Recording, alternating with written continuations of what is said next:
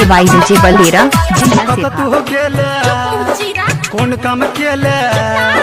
कत तू गेले कौन काम केले केले बड़का घोटाला नई दिलियत केले हाला रे लकबा वाला बुझै छियो गे नई दिलियत केले हाला रे लकबा वाला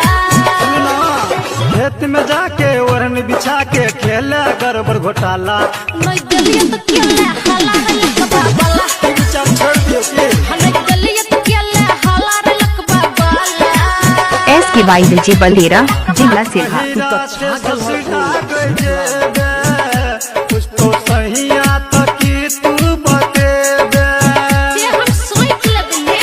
सही आता कि तू बतेबे तू तो नहीं रास्ते ससुरा गजेबे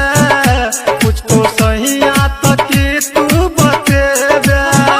हेगे के न चकल कुमारे में यार संग माजा मारे में खेत में जाके ओढ़न बिछा के केने चमूगे काला नई दिलियत केले हाला रे लकबा वाला अब बुझाई छोटी नई दिलियत केले हाला रे लकबा वाला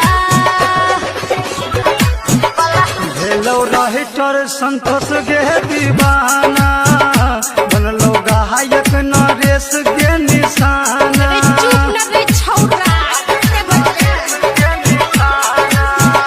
भेलो राइटर संतोष गे दीवाना बनलो गायक नरेश गे निशाना बात करे छा सबके साथ फंस गेल डीजे नीतीश के हाथ चूस न होट तोहर के न सूट वीडियो प्राइवेट वाला नई दिलियत केले हाला रे लकबा वाला सब वायरल भऽ गेलियो गे